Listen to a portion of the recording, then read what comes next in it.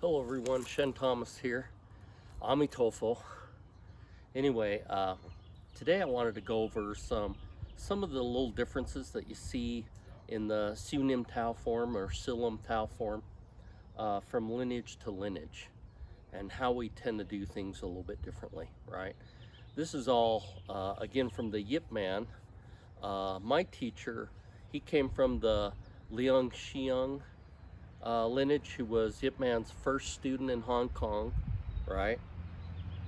So the way Lineages was taught was a little bit different than Yip Ching and Yip Chun and even Wang Chun Lung and all those other people, because they came about 10 or 15 years after.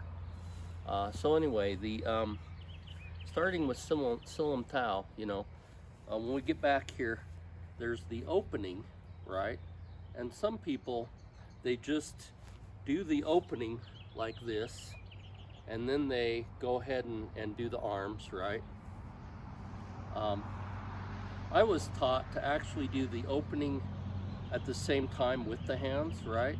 So when we cross with a double, these are gong saos, right? When we cross with the double gong sao, we actually, then that's when we bend down and we open the feet. And in our lineage, instead of just moving up, that was later. The original opening was to revolve around, and then that's the way the Lineages way was done. And what's interesting is if you do the two gong saos, if you try to lift, if somebody has a hand on it, you can't. But if somebody puts a hand on to jam those two arms, you can revolve and roll around, and you can get out of that. So that's why it's superior to just lifting the cross, ton saos, to actually let it come inward and roll forward. Okay, so with our opening, we actually open the feet and cross. As that weight's going down, it actually helps to power this double gong sao when we drop, right? So we're not just doing this static, we're actually dropping the stance and the weight down into that. And then when we revolve, then that's when we bring the feet back out and lock it in, right? So that's why our opening in the Lineages way is matched. The feet are matched with the hands. They're not separate from the hands. Then we pull back, okay? So that's just the difference in the opening versus other lineages that just open the feet and cross and then lift, right?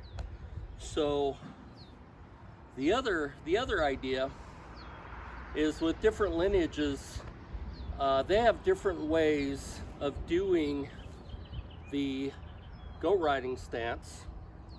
And usually the real traditional lineages, they only want one fist between the knees, one fist. And then of course they go low, and then they lock the thighs in to the butt, and they lock that all together.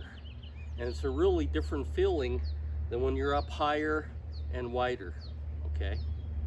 So I noticed that the Wang Chun Lung lineage, that he is a little bit wider, okay, on his stance. The other idea is that when our goat riding stance becomes our forward stance, then the knees are one fist apart anyway. So when we shift, we're one fist apart for application, right? But for the training, some people really do like to, some lineages really like to bring the feet in together. If you notice, that's in probably equal to my shoulders, maybe in a little bit more. But what I find is when force comes at you, if you're that close, it's actually harder to absorb force than when you're a little bit wider I can let more of this leg go empty when I empty force. When I'm this close, it goes empty, but there's still too much of me, too narrow, and I get pushed back. Where if I'm a little bit wider, force comes at me, I can really open up more space for that force to go than if I'm on a narrow track, my whole body gets pushed, okay? Just some tips on the differences of the Sil Nim Tao or Sil Lum Tao set and Wing Chun. Thanks for joining me.